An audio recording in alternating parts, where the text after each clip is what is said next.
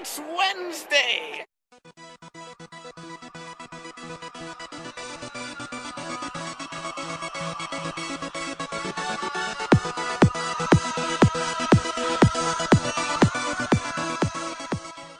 Twas a cloudless, clear day on the morning of May, when I made my way down to the fair. I went inside, and my eyes grew wide when I saw what was laid in there. Stack upon stack of all the most wonderful things, and I thought to myself, can it be but a dream? And much to my joy and pleasant surprise, they were very real and plain to mine eye.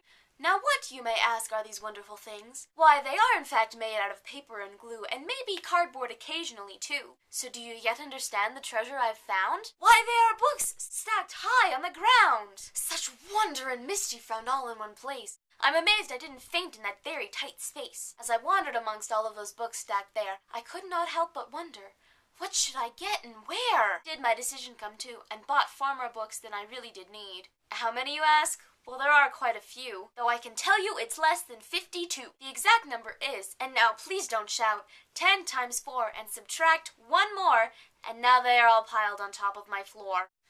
So I've put them all into this large box, which I in fact had to carry 2 very long blocks. But I am indeed the happiest bookworm alive, for I have all these new stories in which to dive. People may not be entirely impressed, and think the decision may not have been made in the best, but I will not regret it, for I am a reader through and through.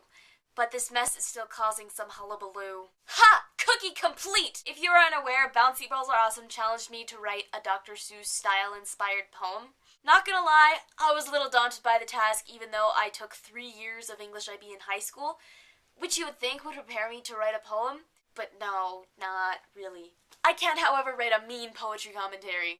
This poem does in fact indicate a true event. This past weekend was the Calgary Reads annual used book sale. Seriously, it kind of rivals Disneyland as the happiest place on earth. There were so many books there! It was also a bit overwhelming too. I mean, there were a lot of books to choose from. But I managed to pick up some really awesome things. Like this really old edition of Hans Christian Andersen's fairy tales. And this really beautiful edition of Jane Eyre. I don't know. But it's illustrated! There we go. See? So after I'd gotten home and unpacked this disaster onto my floor, I realized I had no idea where to put all these books. You see, about once a year I lose my mind, pull everything down off the shelves, and reorganize all my books. Now, this hasn't happened yet, but I thought it'd be a good opportunity to bring it on early, until I realized stuff was missing because I've lent it out.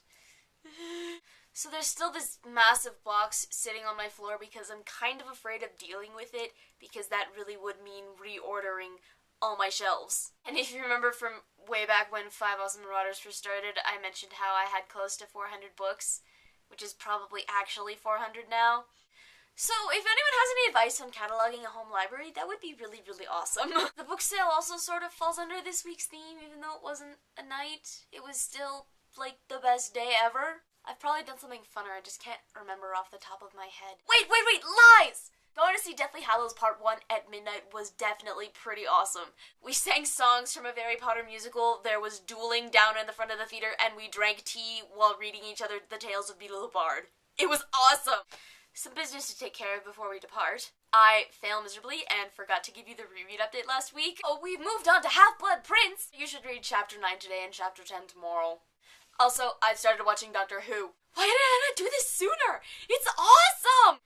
Though I don't think I'm on the right series for the new episodes that are coming out. I'm watching the ones with Christopher Eccleston? I think that's how you say his name. He's the Doctor, and I don't think that's the right series for the new episodes coming out. But I'll figure it out and catch up so we can all have nerdy conversations about Doctor Who, because I feel like I'm missing out. Anyway, Kylie, till tomorrow.